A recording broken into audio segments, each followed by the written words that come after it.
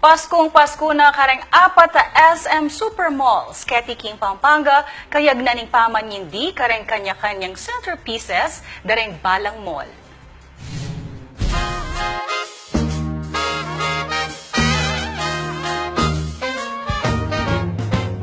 Mayumong Pasko ing pakilala Keti King SM City Talabastagan. Kayag naning pamanyindi king higanting ice cream inspired Christmas tree ating kata sa Aduang Pulong Talampakan.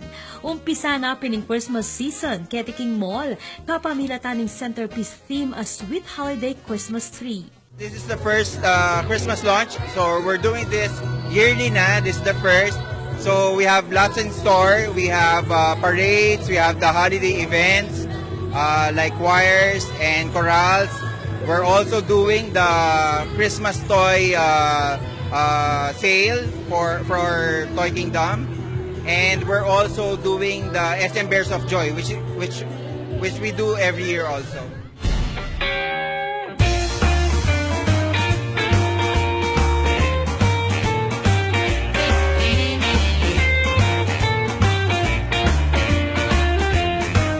Keti naman king SM City Clark, kumalyari nga ranasan ng spectacular Christmas. Kapamilatan ng pamanyindi ng higanting Christmas tree, ang mikitemang antimo, Carnival.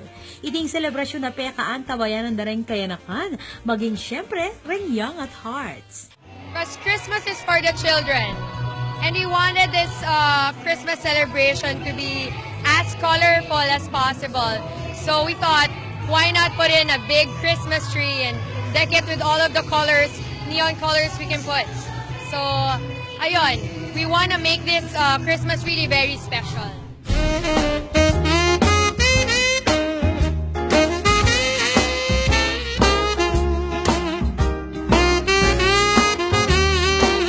Pwede unandaneman din na Mexico Mayor Teddy Tumang at Engineer Junias Eusebio ng SM Supermalls ing pamanyindi king Christmas centerpiece at temang Children's Tea Party Keti King SM City Pampanga. Kaya beda na naman king gaganapan ring 25 kayanakan iba't king Autism Society of the Philippines Pampanga Chapter. Nung nukarin, tinanggap lang regalo reti iba't king SM. Meging bida yung centerpiece kareng mall goers ang pong shoppers para kareng selfie ang pong photo opportunity. Kabangatsuya naman i-The Clash finalist Anthony Rosaldo bilang celebrity guest. Ang theme namin ngayon sa buong SM Supermalls is the Super World of Joy Christmas Celebration. So each mall has unique interactive display. So here in SM City Pampanga, our theme is Terrific Christmas. Paralan niya itining mall bang panandaman darembalang Kapampangan na pamilya ing diwa ning Pasko.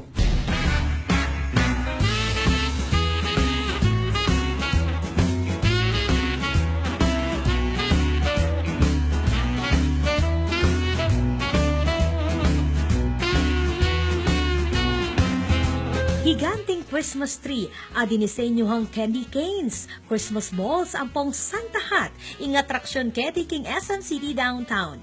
The Voice finalist Jeremy Glinoga ing nagsilbing celebrity guest king unveiling ang pong lighting ng Christmas centerpiece. Maraming salamat po sa inyong lahat. Again, ito po yung last leg ng launching po ng Christmas centerpieces po ng SM Supermalls dito po sa San Fernando, sa buong province po ng Pampanga. Mengong biraya naman ng SM kareng hanggang shoppers ang pong mall goers na maging parti ng banuahang Bears of Joy campaign.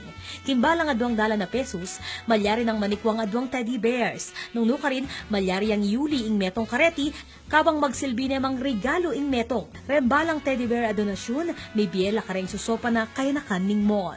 We would like to invite everyone po to come and see us whenever po you're in the mall. Come take your pictures with our centerpieces. This is part of giving back to our shoppers. Kaya we want na kapag nandito po kayo sa mall, you have something to go to, somewhere to go to para pwede kayo magpa-picture with our centerpieces. Ako po, Patricia Mamangon para King News Force, Pampanga. Balitang tutuking balen, susuyo.